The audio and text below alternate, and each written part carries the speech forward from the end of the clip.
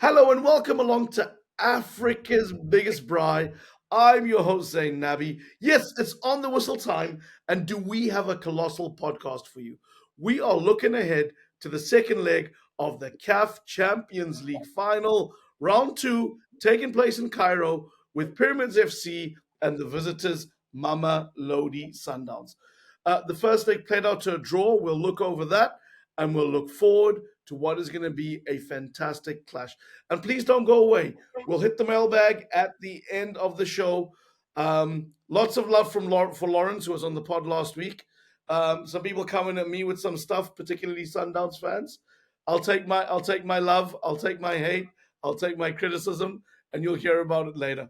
But without further ado, let's welcome the guests, the king of Cairo, Amr Fahmy from the beIN Sport African football expert Egyptian. Amr, how are you doing? I'm doing great, Zayn. It's always a pleasure to be with you, with Lawrence as well. Wonderful, wonderful to have you. And the man sitting as close to Pretoria and Sundowns as possible. Not sure he's a fan of this. Lorenz Köhler. So I keep saying the Idisky Times. I'm told it's the Idisky Times. And one of the experts on the continent. Lorenz, welcome back to the pod. Guys, thanks for having me. Yeah, it's a very somber few days for me because, as you can see, my European team have let me down a lot. So I'm hoping South Africa lifts my spirits, and the football purists do the business this weekend. I'm trying not to be neutral this time. Yeah, I'm hoping that Sundowns do it for South Africa so that we can go back to the famous Donald Trump quote that we had in the preview of the first leg. Well, Lawrence, we will see how that goes. Gentlemen, the first leg played out to a draw at Loftus.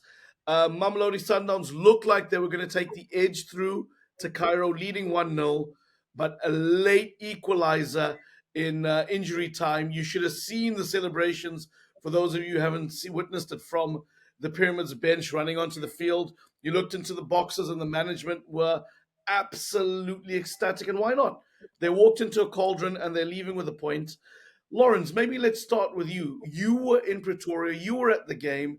I mean, if you're a Sundowns fan, you must feel pretty deflated after that. Yeah, definitely. It was a very surreal ending to the game. As us, we were sitting in the press box. Um, our headlines were written, our pictures were downloaded, our articles were written, our social media posts. All that needed to be done was hit send, hit post, hit publish. Sundowns take massive lead into Cairo into the second leg. That was the message. Sundowns did the job. It wasn't pretty, but they were one goal ahead. Lucas Ribeiro Costa scored that goal, and as we are looking down, we hear the stadium go completely silent. You look up and you see Pyramids celebrating a goal. And obviously that changes everything because there's too little time to try and get back into the game, one. And two, it's an away goal that could be vital in the context of this final, as everybody knows an away goal in Africa still means a lot in this Champions League. So, yeah, also we can't say that Pyramids didn't deserve to score that goal. It's not as if it was, so to say, smash and grab. They did play really well. And I think they did deserve that equalizing goal. But now it's up to Sundowns to go to Cairo in the second leg and show up and show that they deserve to be Champions League finalists. And obviously, it's going to be a very hard task. So if they do achieve this, they will obviously be deserved winners of this competition, even though they have scrapped through, to get to the stage, especially if you look at the previous rounds, a last minute goal against Al Ahly. And then against Esperance was also just one goal that separated them. So it's just a lot of grit to get to this point. Walid El Kharti, certainly the hero at Sundowns. You look at the shots during that game. I mean, I'm just going to look at the statistics. Sundowns had 10 shots. You had Pyramids having 11, three of those on target to Sundowns 2. Amr, let's toss it over to you in Cairo. I mean, what a result, and certainly I'll allude to what Lawrence did earlier. You know, Pyramids deserved a point and deserved to take something from that tie. Would you agree? Well, I think I was really impressed by how Pyramids played away from home, or how they continue to play away from home. If you look back at the first leg in the semi-final, also against Orlando Pirates, the soccer city, they dominated most of the game. They missed so many chances. They had two goals ruled out, righteously ruled out. I don't mean that they were valid, but I mean they were courageous enough to go and look for the goal. And the same story happened again in Pretoria. I believe the philosophy of the coach Krunoslav Juricic is the key to that. He has cemented the belief that this team can go as far as they can. Uh, Scoring at the third minute of injury time is definitely something that says a lot about self belief in this team. They never gave up, maybe because they knew that if they don't score in Pretoria, it's going to be extremely difficult in Cairo, because Sundowns are one of the teams that are very well known of getting the form away from home, knowing how to uh, getting the result that they want away from home. We have seen that in North Africa, in Cairo, in Algiers, and everywhere in Morocco in the past. So yeah, they knew that they had to score. And what I like the most about Pyramids as well is that like over the past couple of weeks they have thrown away the top of the league, of the Egyptian Premier League. They lost two consecutive games and now they are second in the league. But nevertheless, they didn't lose self belief. They still fought Mm, for the Champions League. Because after that debacle, I said, okay, they are going to suffer a lot in South Africa. Maybe it's going to be too easy because the moral was extremely low, in my opinion. But mhm. it was totally different, and they played with a lot of confidence. And even though Ibrahim Adel, the left winger, was totally silenced and blocked by Modao, they still found other solutions, most notably Moroccan Walid El Karti, the attacking midfielder who scored the equaliser. This guy is doing an extremely great job of arriving late in the opposition area, always being in the right position, right timing. And even if there were two clear chances in the first half for Fisto Mayeli, the Congolese striker, but if you look at the frame, at the wide frame, you would have seen that Walid El Karti just breaking from the right behind Fisto Mayeli. So had the ball passed Fisto Mayeli, he would have been there putting it in the back of the net. So they were really very focused. They knew what they were doing, and they were very brave of playing like that in Pretoria. I'll ask you one more question, Amir, and then we'll flick it back to Lawrence. But the second leg is going to be played at the Air Defence Stadium. Do we know how full that 30,000 seater will be? Will there be a 12th man willing Pyramids on? We know they're a new team. We've made jokes about their support base or not support base, given they're a relatively new team. Started by Turki El Sheikh because he couldn't get into Al Ahly. Al Ahly Zemelek are obviously the two biggest teams in Cairo and the two biggest teams in Egypt. I mean, are locals warming to the fact that Pyramids could be the African champions? Or is it a source of irritation and annoyance that the upstarts could now have an African title? Well, actually, you could have seen what it means during the first leg. If you walk, uh, if you walk in the streets of Cairo during the first legs, you'll find cafes putting on Real Madrid lost the game in La Liga. Just a few coffee shops putting the game of Pyramids against Mamelodi Sundowns. That says a lot about the media attention, even the public attention about the game. I don't think it's going to be a full house. It's very difficult to fill the stadium, even though it's not the biggest stadium in Egypt. It's not Cairo Stadium, it's not Borg Al Arab Stadium. It's a relatively small stadium, 30,000 people. But there's some mobilization right now going in the media that some maybe like some charity foundations, some helping the orphans, like gathering the kids. Okay, let's go watch the game. You know, there might be a trophy, that kind of thing. But I think best case scenario for Pyramids is to have half stadium full, but full stadium is very far away. Yeah, because it's very tough for them to get a fan base. And even as I told you before, that happened in Egypt in the early 80s when he had a club named Arab Contractors in Maqawl Arab, which is the parent club of Mo Salah, by the way, and Mohamed Elneny as well. That club won the league in the early 80s and they won the Cup Winners' Cup, CAF Cup Winners' Cup twice. And still, they didn't develop a fan base because everybody saw them as a corporate. So I think Pyramids is a similar case. Maybe it's a little bit different now because yes, there is Gen Z and there is TikToks, and yes, you can attract the new generation. Yes, but it will take so much time. It will take so much time, and Pyramids are aware of that. Next season, they are thinking about playing their home games in a city that is 2 hours drive from Cairo, so that they can be like a representative of that city, so that they can gain some public support. But they are still studying the possibility and exploring it. I don't think it's going to happen, but I mean they are fully aware that they lack something without fans. Lawrence, let me kick it over to you because that will be music to Sundowns' ears. Something that they've got a lot of criticism from the first leg was not being as tight as they should have been at the back. Did you see it that way? Do you see that changing going into the second leg? Because my prediction had been they do the business at home and then they go play ugly in Cairo, get a draw, and get the title. Now they'll be rethinking that game plan if indeed they ever thought the same way that I did. Yeah, I think when the game started, I mean, an hour before the game, when the lineups came out, we all looked to ourselves and we said, Sundowns coach Miguel Cardoso is being quite brave, in a sense of going with four strikers or four forwards, so to say, with Artur Sales, Lucas Ribeiro Costa, Tashrik Matthews, and Ikram Reyners.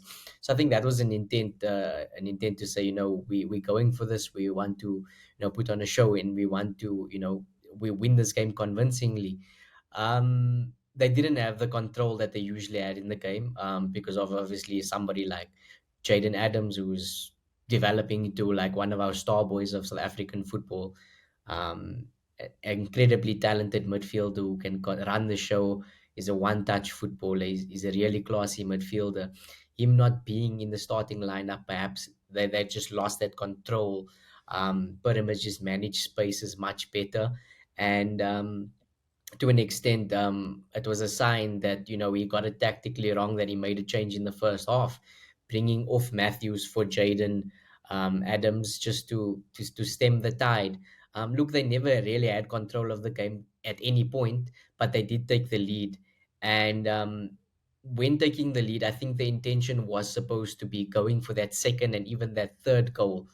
But then I think a little bit of anxiety, maybe Pyramids, going offensively, pressing higher, closing the spaces, also made them have to retreat a lot, back. And the more they retreated, the more pressure that was developing on the team, and also the more anxiety that created around the place, around the crowd. So I wouldn't say that it was expected. I thought Sundowns would have had the experience and the know-how. There was a bit of criticism from certain section of supporters and even the media to an extent, to say, Cardoso, if you had the one goal lead and you saw how Pyramids were coming, to the fore in that final, 30 minutes, 20 minutes, why didn't you show up defensively, to try and avoid, conceding a goal in the manner that they did? But obviously, he said, he felt that they made the right decisions. And had they not conceded with the last 20 seconds of the game, nobody would have been asking that questions, which is quite a fair thing to say, because he was 20 seconds away from getting a good result, and us saying he got it right tactically, and it was a masterclass. But yeah, um, in the sense of from the tactical perspective, I think Pyramids were just as good, rather than Sundowns getting things wrong.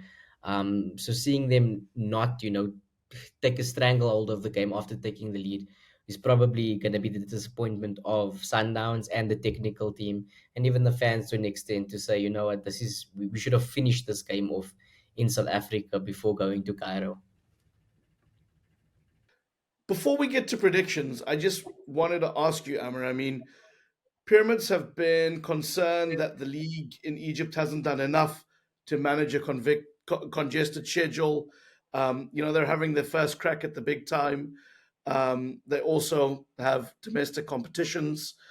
I mean, do you think they've been supported in the way they should have by the organizers of the league? And if Zemalek or Al Ahly were in this position, would they maybe be getting treated differently? Well, of course, yes. To be honest and to be frank, yes. The answer is definitely yes. Actually, there is no team that has like a continental final and second leg and that's at home with a very big chance of winning a trophy for the very first time in their history, and that they are still playing a league game and a very decisive league game like 3 days before that final. They are still in the hunt for the three competitions, and even they have the cup final, the domestic cup final, on the 5th of June. And maybe that's why the Egyptian League administration, they are saying we cannot find the gap to postpone uh, this last match day of the Egyptian Premier League. But I believe it's because of Al Ahly, because of Al Ahly are going to the Club World Cup, so they need to have all of their players, including Zizou, the guy from Zamalek, who's going to join Al Ahly right after the cup final. So they want him on June 6th, nothing later than that. So maybe that's why they cannot push the domestic cup final for a later date and to play that final match day of the league like 4th or 5th of June. But I believe it's going to be very mentally tough for Pyramids because they will be concentrating everywhere. They have concentration on the field on that last match day. They will have to avoid injuries ahead of the Sundowns game. They will also might be thinking about the legal dispute with the league administration about the 3 point deduction from Al Ahly, and now the case is taken to CAS, the court of arbitration. So Mm, it's going to be very complicated for them to focus on all of this and stay calm and collected to get to be in the best shape ahead of the Sundowns game.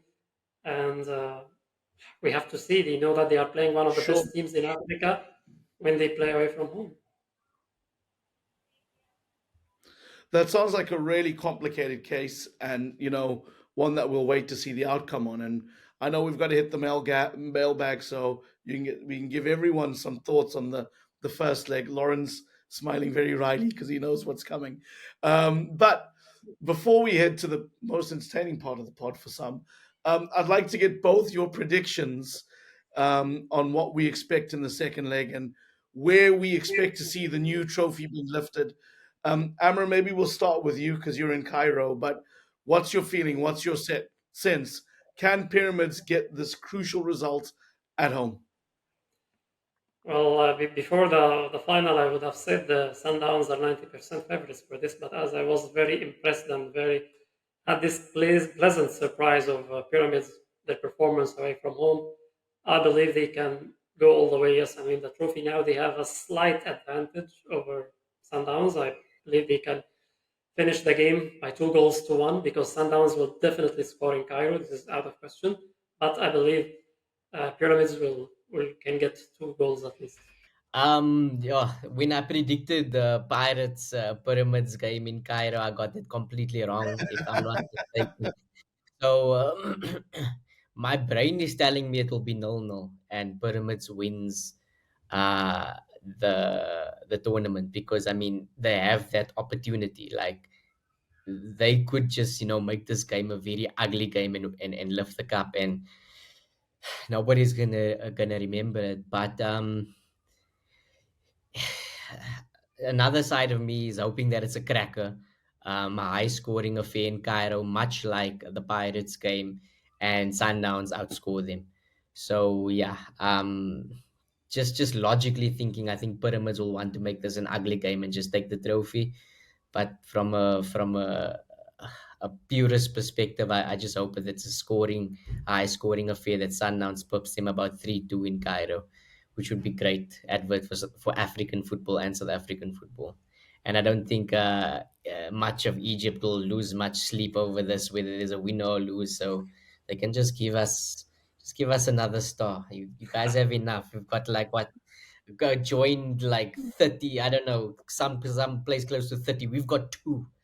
So we need three. We need three.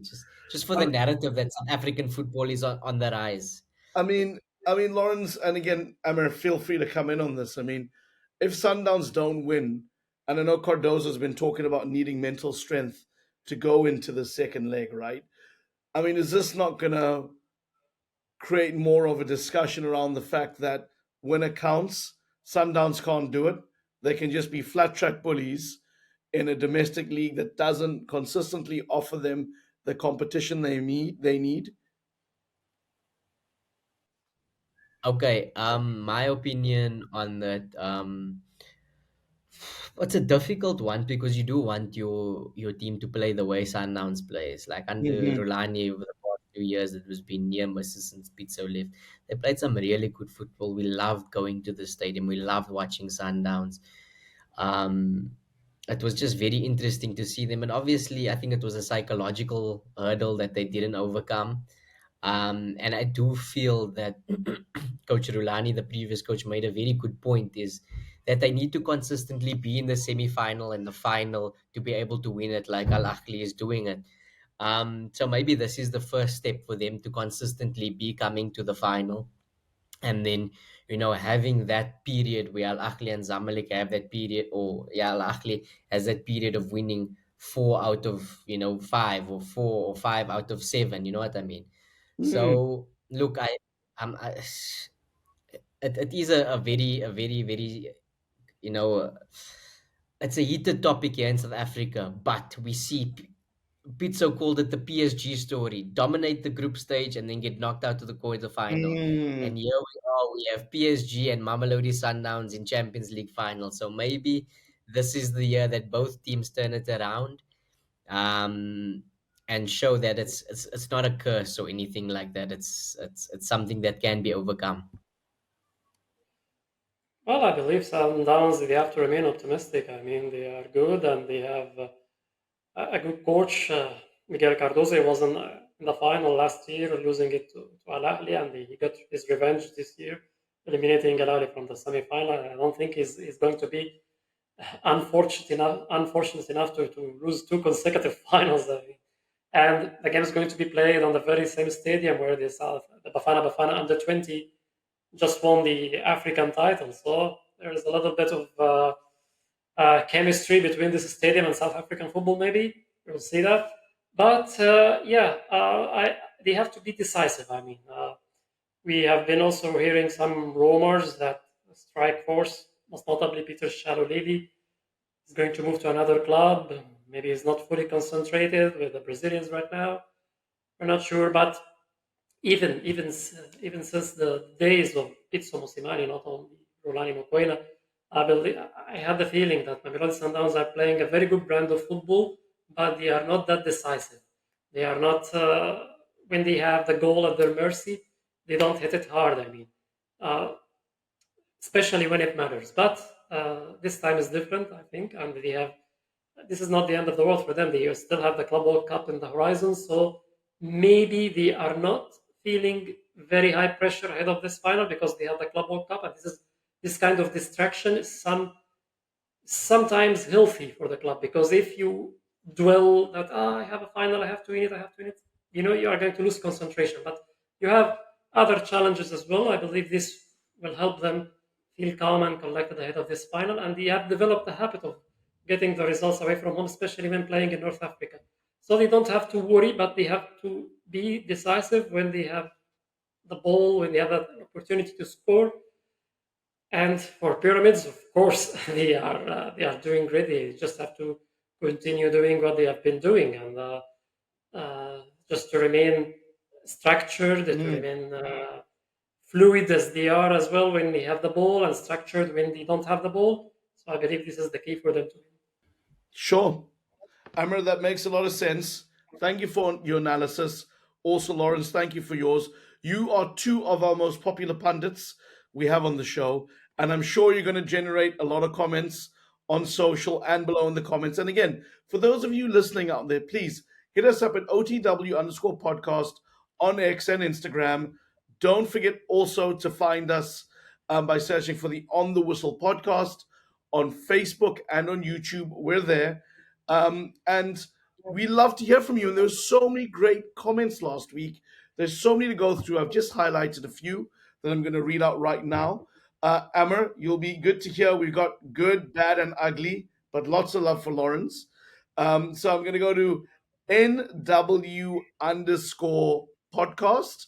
And he said, very simply, I got to agree with him, great podcast.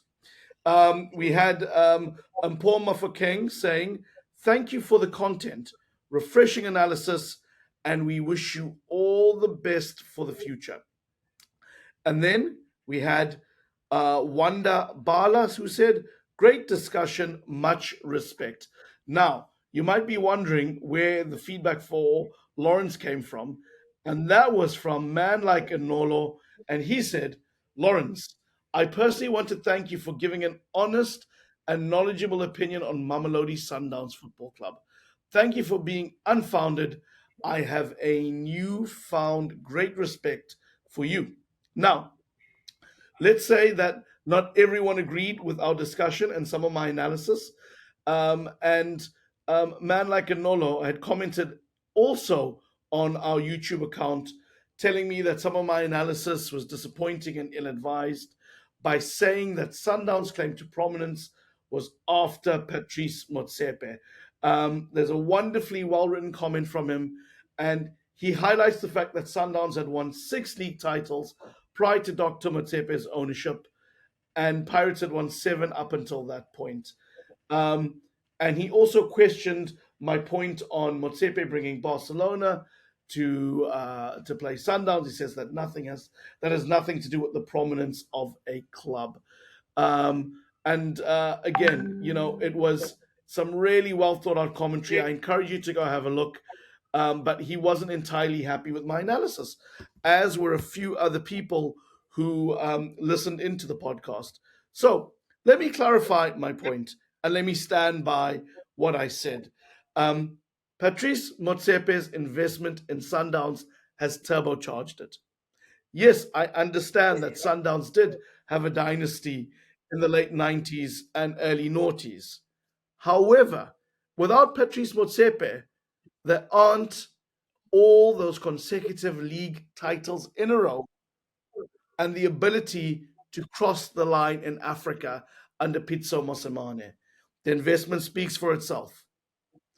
And also from a marketing perspective, and maybe I need to clarify here, the fact that Dr. Patrice Motsepe on his own could fund Barcelona to come and play friendly at the height of their football with Messi, Iniesta, Xavi, that generation of team, to spend his own money to bring them here for, yes, a marketing game, shows you how seriously he took the club. If you listen to our previous podcasts, we are also not a mouthpiece for Sundowns or Dr. Motsepe. Our discussions are honest. They're very real. Go and listen to our conversations previously with Matthew Booth, who spoke about how it was Pitso Mosimane who really helped transform Sundowns into the modern football team they are, because Dr. Motsepe used to get too involved in the transfers and wasn't making the right calls, and the team was stockpiling too many players. We've also spoken to Pitso about what he did at the club, and also a lot of insight from other legends and other insiders at the club. We certainly want Sundowns to do well. We want everyone to have a lot of discussion here. I am not beyond criticism. It's important I get it. And we want this debate and discussion to continue, because you know why? This is Africa's biggest braai. Please post your comments below. We'll read them out next week and we'll continue to engage with you. Amr, Lorenz, fantastic having you on. Let's see next week who'll be crowned Kings of Africa. We hopefully will have you guys back on to unpack what is our equivalent to the Super Bowl, our equivalent to the NBA Finals, and our equivalent to the Champions League. We wish you well.